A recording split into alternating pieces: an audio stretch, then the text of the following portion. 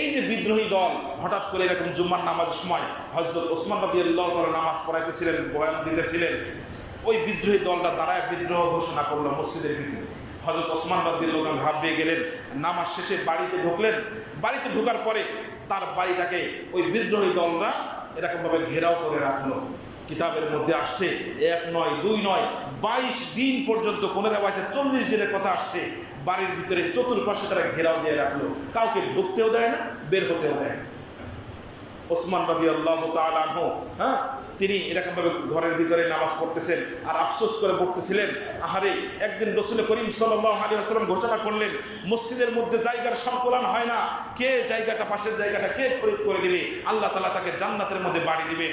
আমি ওসমান রাদিয়াল্লাহু তাআলা আনহু সাথে সাথে খবর পেয়ে সেই জায়গা খরিদ করে রাসূল করিম সাল্লাল্লাহু আলাইহি ওয়াসাল্লামের হাতে দলিল বুঝিয়ে দিয়েছি। আজকে সেই মসজিদে আমার 2 রাকাত নামাজ পড়ার সুযোগ নাই। কথা বুঝতেছেন? এরপরে আল্লাহ হাবিব সাল্লাল্লাহু আলাইহি ওয়াসাল্লাম আর একদিন ঘোষণা করলেন মুসলমানদের পানি খাওয়ার ব্যবস্থা নাই, এই কূপটা কে খনন করে দিবে, ক্রয় করে দিবে ইহুদির থেকে। আমি ওসমান সেই কূপের ব্যবস্থা করে দিলাম, কিনে মুসলমানদের মধ্যে সদকা করে দিলাম। আজকে সেই কূপের থেকে আমার পানির ব্যবস্থা নাই। তার স্ত্রী নাইলা মানে এমন বন্দি করছে, মুখের মধ্যে পানি নিয়ে ঘরের ভিতর ঢোকার চেষ্টা করছে, তার মুখের ভিতর থেকে পানি বের করে বাহিরে ফেলে দিয়ে তারপরে তাকে ঘরে ঢুকতে হয়েছে। 1 ফোঁটা পানি পর্যন্ত দেয় নাই। ওসমান রাদিয়াল্লাহু তাআলা কোরআন তেলাওয়াত করতেছিলেন। আলী রাদিয়াল্লাহু তাআলা অবস্থা বুঝে হাসান হুসাইনকে দরজার সামনে পাহারাদার নিযুক্ত করে গেছিলেন, যাতে এই বিদ্রোহী দলটা কোনো ক্ষতি করতে না পারে। কিন্তু পিছন দিক থেকে এসে ওই ঘাতকরা ছাদ ভেঙে ঘরের মধ্যে ঢুকলো। ঢোকার পরে হযরত ওসমান রাদিয়াল্লাহু তাআলা কোরআন তেলাওয়াত করতেছিলেন। সূরা বাকারার 137 নম্বর আয়াত তিনি তেলাওয়াত করতেছিলেন। এই সময় এসে তার ঘাড়ের উপরে এমন এক আঘাত করছে, রক্তের ছিটা গিয়ে সেই 37 নম্বর আয়াতের উপরে গিয়ে পড়ছে। সে আয়াতে লেখা ছিল ফাসায়াকফিকাহুমুল্লাহ ওয়া হুয়াস সামিউল আলিম, আল্লাহ তাআলাই শত্রুদের বিরুদ্ধে আপনার জন্য যথেষ্ট বলেন। সুবহানাল্লাহ। তো হযরত ওসমান রাদিয়াল্লাহু শাহাদাত বরণ করলেন। তার স্ত্রী হাত দিয়ে ঠেকাইতে আসছিলেন, তো ঠেকাইতে গিয়ে তার হাতের, স্ত্রীর হাত কবজি থেকে নিয়ে আঙ্গুলগুলো সব কেটে আলাদা হয়ে গেছে। উনি আপ্রাণ চেষ্টা করছিলেন তাকে ঠেকানোর জন্য, কিন্তু ঠেকাইতে পারে নাই। আমার ভাইয়া দোস্ত বুজুর্গ, এই ঘটনাটা ঘটেছিল 35 হিজরির 18 জিলহজ মাসের 18 তারিখ। কথা বুঝেছেন কি ভাই? এই পর্যন্ত আসছে ঘটনা। সামনে ইনশাআল্লাহ আগামীতে আরেকটু বলবো। এবং এই তারিখটা মনে রাখবেন যে 35 হিজরির 18 জিলহজ মুসলমানদের ঐক্য সেই দিন থেকে নষ্ট হয়ে গেছে। আজ পর্যন্ত মুসলমানদের ঐক্য ফিরে আসে নাই। الذي أرسله الله تعالى بالحق بشيرا ونذيرا وداعيا إلى الله بإذنه وسراجا منيرا. أما بعد فأعوذ بالله من الشيطان الرجيم. بسم الله الرحمن الرحيم.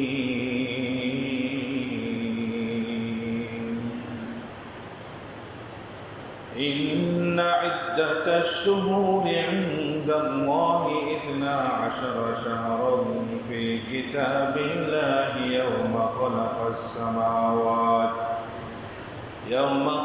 السماوات والأرض منها 4 حرم. صدق الله العظيم. وقال رسول الله صلى الله عليه وسلم الحسن والحسين سيدا شباب أهل الجنة أو كما قال عليه الصلاة والسلام. وقال تعالى في شان حبيبه إن الله وملائكته يصلون على النبي يا أيها الذين آمنوا صلوا عليه وسلموا تسليما. مقبول تو ہے شاز ہے قابل تو بہت ہے. مقبول تو ہے साज है काबिल तो बहुत है, आईना के मनिंदे तो नहीं दिल तो बहुत है, आईना के मनिंदे तो नहीं दिल तो बहुत है। एक चश्मे ज़दन गाफिल ज़मा शाह नबाशी, शायद के निगाहे को निदाता नबाशी, शायद के निगाहे को निदाता नबाशी। उल्फत में बराबर हो वफा हो कि जफा हो, हर चीज़ में लज़्ज़त हो अगर दिल में मज़ा हो, हर चीज़ में लज़्ज़त हो अगर दिल में मज़ा हो। हज़रत उमर इब्नुल खत्ताब রাদিয়াল্লাহু তাআলা আনহু যখন শাহাদাত বরণ করলেন, উমর ইবনুল খত্তাবের শাহাদাতের ঘটনা খুব হৃদয় বিদারক এক ঘটনা। ঘটনার প্রাসঙ্গিক ক্রমে একটু টাচ দিয়ে যায়। উমর ইবনুল খত্তাব রাদিয়াল্লাহু তাআলা আনহুর ঘাতক যে ছিল মুসলমানদের পরিচয় এক গোলাম, আবু লুলু নামে এক গোলাম, ফজরের নামাজে উমর ইবনুল খত্তাবের কোন এক সিদ্ধান্ত, কোন এক বিচার তার মনোভূত না হওয়ায়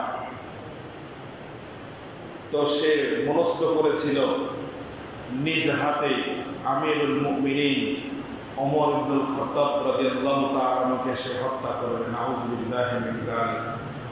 ফজরের নামাজ রত অবস্থায় নামাজ পড়াইতেছিলেন আমিরুল মুমিনিন ওমর ইবনুল খত্তাব রাদিয়াল্লাহু তাআলা আনহু সূরা ফাতিহা শেষ করেছেন।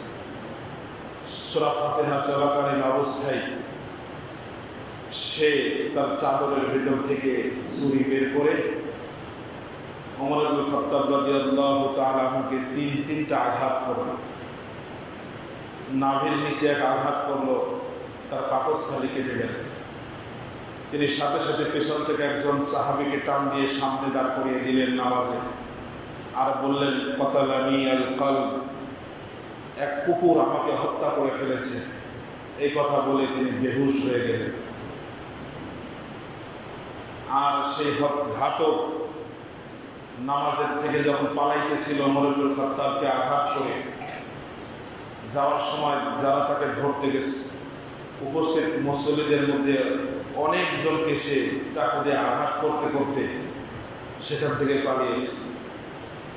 উপস্থিত মসজিদের মধ্যেই 7 থেকে 8 জন 5-7 জন স্পট ডেড জায়গায় শাহাদাত বরণ করলেন। পরে একজন সাহাবী একটা চাদর অথবা একটা শীতকালের একটা শীতের পোশাক নিক্ষেপ করে তাকে আটকে ফেলে, ওটাতে পেঁচে সে পড়ে যায়। যখন দেখলো সে মুসলমানদের হাতে ধরা হয়ে যাচ্ছে, নিজে নিজে আত্মহত্যা করে নিজের জীবনকে নিজে শেষ করে। ওমর ইবনুল খত্তাব রাদিয়াল্লাহু তাআলা আনহুকে রাষ্ট্রীয়ভাবে চিকিৎসা দেওয়া হলো। বড় বড় ডাক্তাররা খবর পেয়ে ছুটে আসলেন, ওষুধ মুখ দিয়ে দেয়, নাভি দিয়ে বের হয়ে যায়। তো চিকিৎসকরা বললেন সে আর বাঁচবে না, যদি জ্ঞান ফিরে তাহলে আপনারা পরবর্তী খলিফা নিযুক্ত করেন। তো কিছুক্ষণ পরেই ওমর ইবনুল খত্তাব রাদিয়াল্লাহু তাআলা হুঁশ ফিরে এসেছে। সকলে এসেছে, সকলে মনে করতেছে যে না, জিজ্ঞাসা করবে আমার হত্যাকারী কই, আমার হত্যাকারীর কোনো বিচার হয়েছে, তাকে ধরতে পেরেছ? অথবা তো একেবারে অন্তিম মুহূর্তে মানুষ যখন শেষ নিঃশ্বাস ত্যাগ করবে সেই মুহূর্তে যে কথাগুলো স্বাভাবিকভাবে বলে, আমার পরিবার কোথায়, আমার সন্তানরা কোথায়, এই সম্পদ তোমরা ভাগ করে নিও, সন্তানদেরকে পরিত্যক্ত সম্পত্তি সম্পর্কে ওসিয়ত করে যায়। কিন্তু ওমর ইবনুল খত্তাব রাদিয়াল্লাহু তাআলা আনহু তিনি তা না করে ওনার যখন হুঁশ ফিরল, তো সর্বপ্রথম উনি ওই সিচুয়েশনে যে কথাটা বললেন, জিজ্ঞাসা করলেন আমার ইমামতিতে, আমার নেতৃত্বে, আমার ইমামতিতে যেই নামাজ শুরু হয়েছিল সেই নামাজের কি অবস্থা? সুবহানাল্লাহ বলেন। নামাজের প্রতি কেমন তাদের আগ্রহ ছিল। জীবনের শেষ মুহূর্তে প্রাণ ওষ্ঠাগত এমন এক মুহূর্তে তিনি সর্বপ্রথম নিজের পরিবার পরিজনের কথা জিজ্ঞাসা না করে, নিজের ঘাতকের কথা জিজ্ঞাসা না করে সর্বপ্রথম জিজ্ঞাসা করলেন যে আমার নেতৃত্বে, আমার ইমামতিতে যে নামাজ শুরু হয়েছিল সেই নামাজের খবর কি। আর আমরা তো একটু সমস্যা হলেই, ছোটখাটো সমস্যাতেই মসজিদে জামাত ত্যাগ করি, জামাতে আসি না, ইচ্ছাকৃতভাবে নামাজ কাজা করতেছি, নামাজ পড়ি না। মুসলমানের ঘরে জন্ম, মুসলমানের সন্তান আমরা, কিন্তু মুসলমানের সব থেকে যেই আহাম, সব থেকে গুরুত্বপূর্ণ যে ইবাদত সেটা হলো 5 ওয়াক্ত নামাজ। সেই নামাজের মধ্যে কেবলমাত্র আমাদের উদাসীনতা। কথা বলেন। তো ওমর ইবনুল খাত্তাব রাদিয়াল্লাহু তাআলা আনহু তিনি ছোট্ট একটা মজলিসে শুরা তৈরি করে দিলেন, যাদের সিদ্ধান্তে ওসমান রাদিয়াল্লাহু তাআলা আনহু খেলাফত লাভ করলেন, খলিফা আমিরুল মুমিনিন হলেন।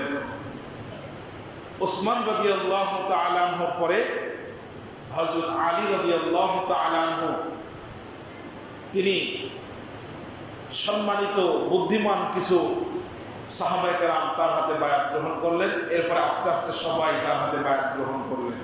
এই 4টা পদ্ধতি মোটামুটি আমরা পাইলাম রাশেদার যুগে, খোলাফায়ে রাশেদার যুগে পরবর্তী খলিফা নির্ধারণ করা 4টা সুরত পাইলাম।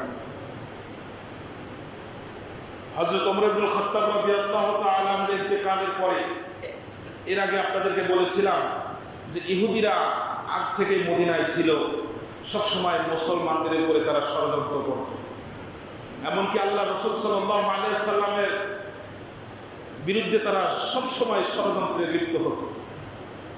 আল্লাহ হাবিব সাল্লাল্লাহু আলাইহি ওয়াসাল্লাম তাদের বিভিন্ন ষড়যন্ত্রের ব্যাপারে জানতে পেরে তাদেরকে মদিনা থেকে খাইবারে বের করে দিলেন। পরবর্তীতে খাইবার থেকেও তাদেরকে বের করে দেওয়া হয়েছিল, কারণ তারা সবসময় মুসলমানকে নিধন করার জন্য, ইসলামকে পৃথিবীর বুক থেকে নিশ্চিন্ত করে দেওয়ার জন্য, এমনকি আল্লাহ হাবিব সাল্লাল্লাহু আলাইহি ওয়াসাল্লামকে প্রাণ নেওয়ার জন্য, আল্লাহ হাবিব সাল্লাল্লাহু আলাইহি ওয়াসাল্লামকে হত্যা করার জন্য তারা সর্বাত্মক চেষ্টা করবে। আপনারা ইতিহাস জেনে থাকবেন, আল্লাহ রসুলের জীবদ্দশায় ইহুদিরা তো ষড়যন্ত্র করেছে। আল্লাহ রসুলের ইন্তেকালের পরে রসুলের লাশটা নেওয়া পর্যন্ত, দেহ মুবারকটা নেওয়া পর্যন্ত তারা ষড়যন্ত্র করেছেন। বলেন নাউযুবিল্লাহ। আল্লাহ হাবিব সাল্লাল্লাহু আলাইহি ওয়াসাল্লামের দেহ মুবারক চুরি করার জন্য তারা এক হীন ষড়যন্ত্রে লিপ্ত হয়েছিল। নুরুদ্দিন জঙ্গি বাদশার আমলের এক ঘটনা আছে, যেটা এখন বলতে গেলে আমি অন্যদিকে মোড় দিবে। এক কথায় এই ইহুদি সম্প্রদায় সর্বদা তারা মুসলমান, ইসলাম এর বিরুদ্ধে তারা সবসময় সোচ্চার ছিল। মুসলমানদেরকে ক্ষতি করার জন্য, পৃথিবীর বুক থেকে ইসলামকে নিশ্চিহ্ন করে দেওয়ার জন্য তারা সবসময় উঠে পড়ে লেগেছে। আর আমরা মুসলমানদের বাচ্চা, আখেরি নবীর উম্মত, আমরা তাদের গোলামিতে লিপ্ত হয়ে গেছি। বলেন নাউযুবিল্লাহ। খলিফাতুল মুসলিমিন ওসমান রাদিয়াল্লাহু তাআলা আনহুর জামানায়, ওসমান রাদিয়াল্লাহু তাআলা মৃত্যু, তিনি শিথিল পর্যায়ে ছিলেন। ওসমান রাদিয়াল্লাহু তাআলা আনহু সাহাবীদের মধ্যে একটু নরম তবিয়তের সাহাবী ছিলেন। ওমর ইবনুল খাত্তাবের জামানায়, আবু বকর রাদিয়াল্লাহু তাআলার জামানায় ইহুদিরা সেরকম কোনো চক্রান্ত করার সাহস পায় নাই। ইয়ামান থেকে একজন ইহুদি নেতা, তার নাম হলো আব্দুল্লাহ ইবনে সাবা, নামটা মনে রাখবেন। এই আব্দুল্লাহ ইবনে সাবা সে সবসময় সোচ্চার ছিল কিভাবে মুসলমানদেরকে নিশ্চিহ্ন করে দেওয়া যায়, ইসলামকে পৃথিবী থেকে নিশ্চিহ্ন করে দেওয়া যায়। কিন্তু যেই বাতি আল্লাহ পাক রব্বুল আলামিন এই পৃথিবীর বুকে জ্বলিয়েছেন, এই বাতি নিভানোর মতো ক্ষমতা আল্লাহ তাআলা কাউকে দেন নাই, ঠিক কিনা? ওসমান রাদিয়াল্লাহু তাআলা আনহু একটু নরম তবিয়তের সাহাবী ছিলেন। তার এই সরলতার সুযোগ নিয়ে এই আব্দুল্লাহ ইবনে সাবা সে ইয়ামান থেকে এসে মদিনায় আসলো। মদিনায় আসার পরে সে সকলের সম্মুখে মুসলমান হয়ে গেল। আসলে সে প্রকৃতপক্ষে মুসলমান হয় না, মুসলমানদের একটা বেশ সে ধারণ করলো। জনসম্মুখে মুসলমান হওয়ার পরে, ইসলাম ধর্ম গ্রহণ করার পরে এর কিছুদিন পরে সে হযরত ওসমান রাদিয়াল্লাহু তাআলা আমাকে বলে, আমাকে মদিনার শহরের মদিনার কোন একটা দায়িত্ব, কোন একটা জিম্মাদারি আমাকে দেন। হযরত ওসমান রাদিয়াল্লাহু তাআলা সরল হলেও বিচক্ষণ ছিলেন। তিনি জানতে পারলেন, বুঝতে পারলেন। তিনি তাকে বললেন যে, কেন তোমাকে ক্ষমতা দিব? তুমি তো কোনো ক্ষমতার যোগ্য নয়, কোনো দায়িত্বের যোগ্যতা তোমার মধ্যে নাই। এই কথা বলাতে তার মাইন্ডে আঘাত লাগলো। মাইন্ডে আঘাত লাগার পরে সে ষড়যন্ত্রে লিপ্ত হলো। তদানীন্তনকালের যে সমস্ত সাহাবা কেরামগণ ছিলেন তাদের মধ্যে কিছু সরল মনের কিছু সাহাবী ছিলেন, একটু দুঃসুদ, যাদের অন্যান্য সাহাবীদের মতো দক্ষ যারা ছিল না, তাদের কাছে গিয়া বিভিন্ন অপপ্রচার লাগাইতে লাগলো। ওসমান তো ষড়যন্ত্র করে, ওসমান তো নিজের রাষ্ট্রীয় সরকারের মাল নিজের আত্মীয় স্বজনদের মধ্যে স্বজনপ্রীতি করে, আত্মীয় স্বজনদের মধ্যে সরকারি মাল বন্টন করে, অন্যদেরকে বঞ্চিত করে। ওসমানের এই কাজগুলো ঠিক না, বিভিন্নভাবে মানুষদেরকে উস্কানি দিতে শুরু করে। ওসমান রাদিয়াল্লাহু তাআলা যখন জানতে পারলেন সেরকম হীন চরিতার্থ করার জন্য, এরকম তার নীল নকশা বাস্তবায়ন করার জন্য মুসলমানদের মধ্যে বিভেদ সৃষ্টি করতেছে, ওসমান রাদিয়াল্লাহু তাআলা তাকে ডাকলেন, ডেকে তাকে মদিনা থেকে বের করে দিলেন। খবরদার, তুমি আর মদিনায় থাকতে পারবা না। মদিনা থেকে বের করে দেওয়ার পরে এই আব্দুল্লাহ ইবনে সাবা সে আবার চলে গেল, বসরায় চলে গেল। বসরায় গিয়ে থাকতে শুরু করলো। বসরায় থাকার পরে এরকম ভাবে আবার সেই ওসমানের ব্যাপারে অপপ্রচার করে। ওসমান তো স্বজনপ্রীতি করে, রাষ্ট্রীয় সম্পদ নিজের আত্মীয় স্বজনকে দেয়, অন্যদেরকে বঞ্চিত করে, বিভিন্ন রকমের উৎসাহ রটানো শুরু করলো, মিথ্যা অপবাদ দেওয়া শুরু করলো। সেই জায়গার গভর্নর যখন জানতে পারলো ওসমান রাদিয়াল্লাহু তাআলার মতো জলিল কদর একজন সাহাবীর ব্যাপারে সে উল্টাপাল্টা মন্তব্য করতেছে, ওই গভর্নরও তাকে বসরা থেকে বের করে দিল। সে আবার চলে গেল কুফায়। কথা মনে থাকবে তো, প্রথমে ছিল হলো ইয়ামানে, ইয়ামান থেকে আসলো মদিনায়, মদিনা থেকে তাকে বের করে দেওয়া হলো বসরায়, বসরা থেকে তাকে বের করে দেওয়া হলো কুফায়। কুফায় যাও এরকম ষড়যন্ত্র করা শুরু করে দিল। কুফার গভর্নর যখন তার এই ষড়যন্ত্র জানতে পারলো, তাকে বের করে দিল। সে চলে গেল আবার শামে। শাম ছিল আমিরে মুয়াবিয়া রাদিয়াল্লাহু তাআলা আনহু শাসনাধীন, তিনি সেই জায়গার গভর্নর ছিলেন। হযরত আমিরে মুয়াবিয়া রাদিয়াল্লাহু তাআলা একজন জলিল কদর সাহাবী ছিলেন, এই কথাটা মনে রাখবেন। আমিরে মুয়াবিয়া হযরত মুয়াবিয়া রাদিয়াল্লাহু তাআলা আনহু রাসূলের জলিল কদর সাহাবীদের মধ্যে উনি একজন জলিল কদর সাহাবী, বহুত সম্মানিত একজন সাহাবী ছিলেন। হযরত আমিরে মুয়াবিয়া ছিলেন কাতিবে ওহী, ওহীর লেখক ছিলেন। আল্লাহর হাবিব সাল্লাল্লাহু আলাইহি ওয়াসাল্লামের উপরে যখন ওহী নাযিল হইত, ওহী নাযিল হওয়ার পরে ওই কোরআনুল কারীম যখন তেলাওয়াত করতেন, আল্লাহ হাবিব সাল্লাল্লাহু আলাইহি ওয়াসাল্লাম নিজে লিখতে জানতেন না। হযরত আমিরে মুয়াবিয়া সহ আর অনেকজন সাহাবী ছিলেন, তার মধ্যে আমিরে মুয়াবিয়া অন্যতম একজন সাহাবী ছিলেন। তিনি আল্লাহ রাসূলের কাতিবে ওহী ছিলেন। এবং মুসলিম বিশ্বের মধ্যে, সারা পৃথিবীর মধ্যে তদানীন্তনকালে যত দক্ষ শাসক ছিল তার মধ্যে উনি একজন দক্ষ শাসক হিসেবে বিবেচিত ছিলেন, এই আমিরে মুয়াবিয়া রাদিয়াল্লাহু তাআলা আনহু। আজকে অনেক সরল করা মুসলমানরা যারা আছে, ইসলাম সম্পর্কে ধারণা নাই, ইতিহাস সম্পর্কে ধারণা নাই, সাহাবীদের ইজ্জত সম্পর্কে ধারণা নাই, আল্লাহ পাক রব্বুল আলামিন সাহাবীদের ব্যাপারে কি বলেছেন সেটার সম্পর্কে ধারণা নাই, কিন্তু ঠাস করে সাহাবীদের ব্যাপারে অপপ্রচার চালায়, সাহাবীদের ব্যাপারে মিথ্যা কথা বলে, মিথ্যা তহমত করে।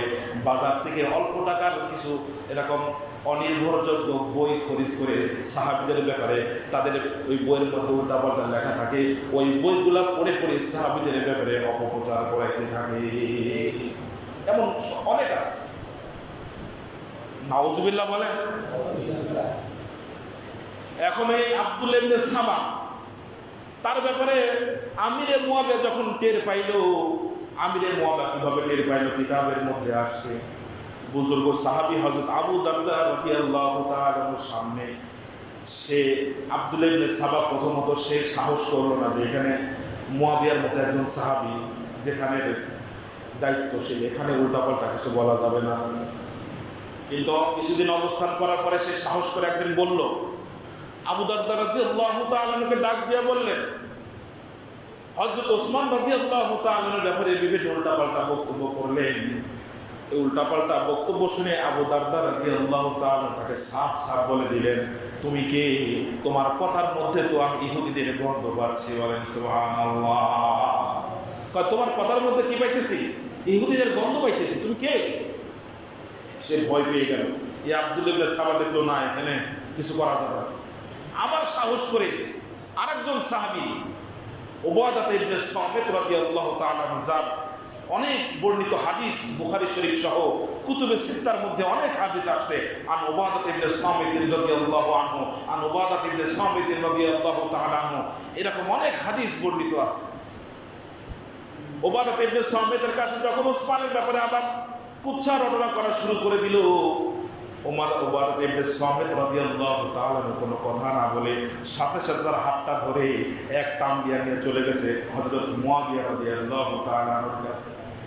যে মুয়াবিয়া রাদিয়াল্লাহু তাআলার কাছে অভিযোগ করলেন, ইয়া আমিরুল মুমিনিন, এই সাহাবী, এই ব্যক্তি নতুন মুসলমান হয়েছে, তার নাম আব্দুল্লাহ ইবনে সাবা।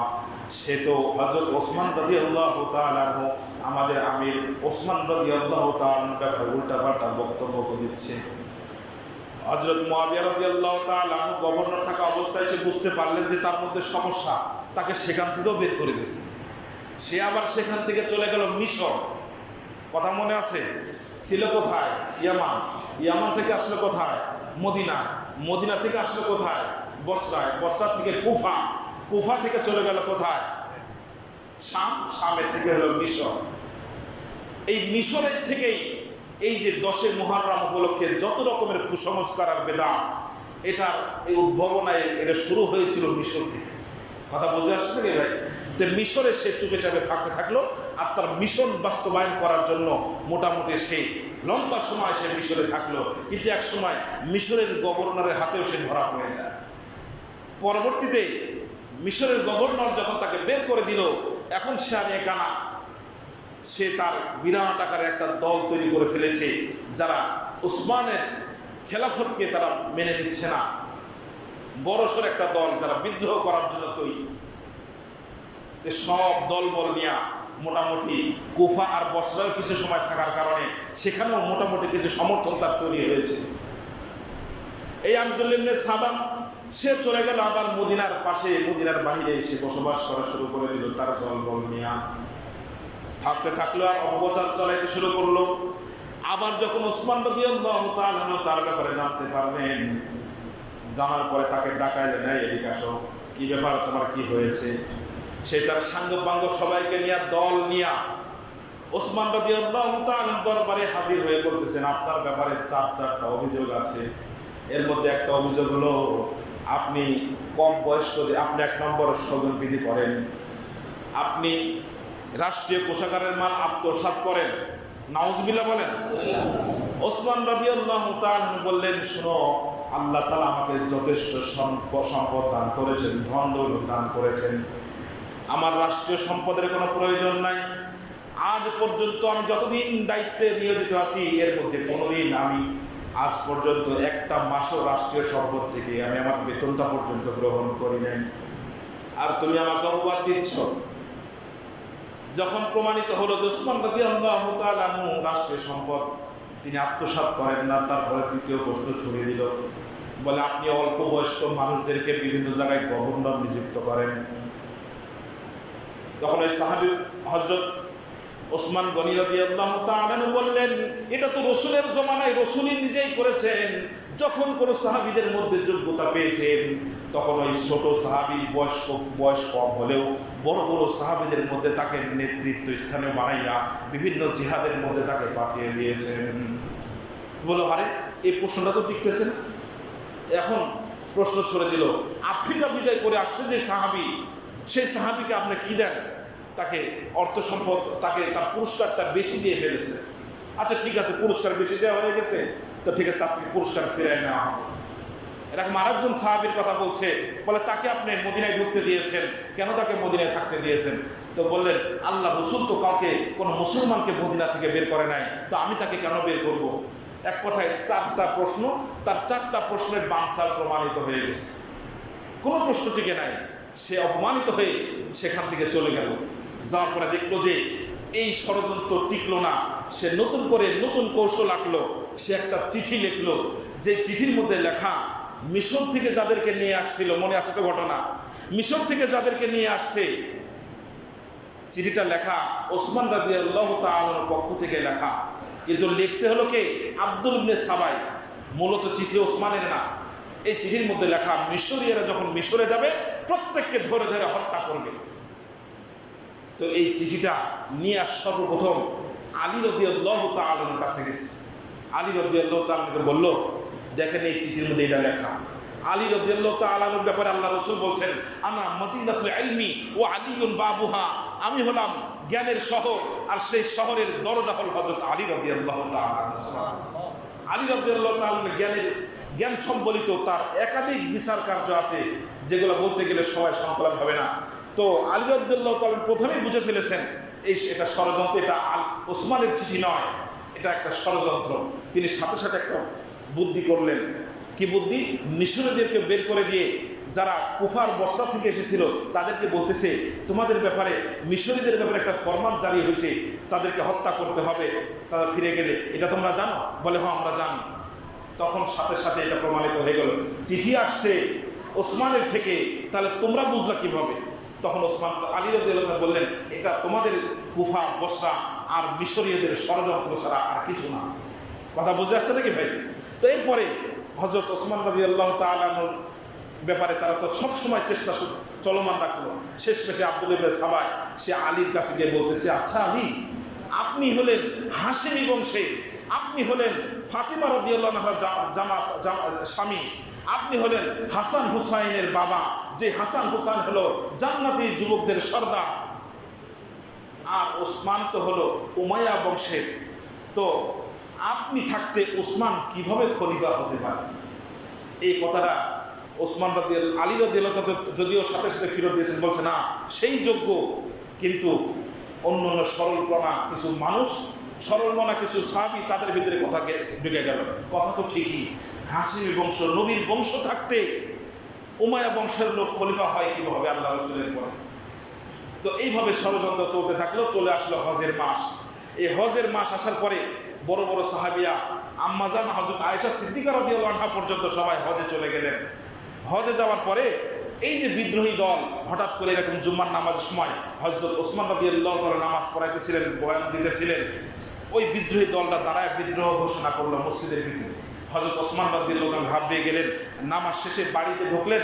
বাড়িতে ঢোকার পরে তার বাড়িটাকে ওই বিদ্রোহী দলরা এরকমভাবে ঘেরাও করে রাখলো।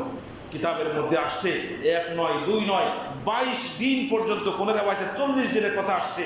বাড়ির ভিতরে চতুর্পাশে তারা ঘেরাও দিয়ে রাখলো, কাউকে ঢুকতেও দেয় না, বের হতেও দেয় না।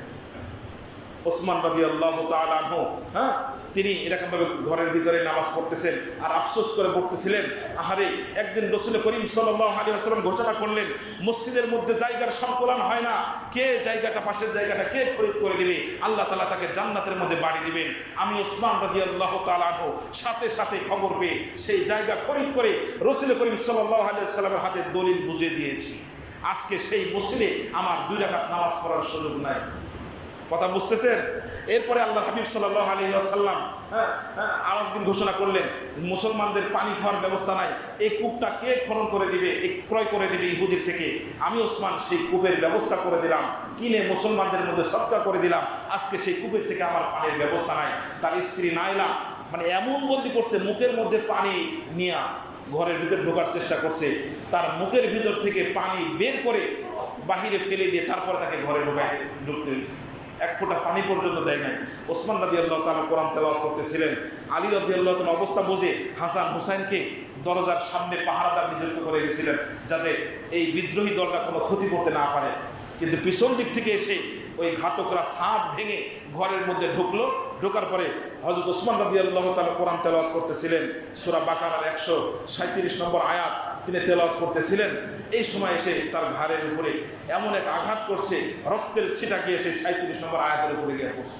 সে আয়াতে লেখা ছিল ফাসায়াকফিকাহুমুল্লাহ ওয়া হুয়াস সামিউল আলিম, আল্লাহ তাআলাই শত্রুদের বিরুদ্ধে আপনার জন্য যথেষ্ট বলেন সুবহানাল্লাহ। তো হযরত ওসমান রাদিয়াল্লাহু শাহাদাত বরণ করলেন। তার স্ত্রী হাত দিয়ে ঠেকাইতে আসছিলেন, তো ঠেকাইতে গিয়ে তার হাতের স্ত্রীর হাত কবজি থেকে নিয়ে আঙ্গুলগুলো সব কেটে আলাদা হয়ে গেছে। উনি আপ্রাণ চেষ্টা করছিলেন তাকে ঠেকানোর জন্য, কিন্তু ঠেকাইতে পারে নাই। আমার ভাইয়া দোস্ত বুজুর্গ, এই ঘটনাটা ঘটেছিল 35 হিজরির 18 জিলহজ মাসের 18 তারিখ। কথা বুঝতে আসছেন কি ভাই? এই পর্যন্ত আসছে ঘটনা। সামনে ইনশাআল্লাহ আগামীতে আরেকটু বলবো, এবং এই তারিখটা মনে রাখবেন যে 35 হিজরির 18 জিলহজ মুসলমানদের ঐক্য সেই দিন থেকে নষ্ট হয়ে গেছে। আজ পর্যন্ত মুসলমানদের ঐক্য ফিরে আসে নাই।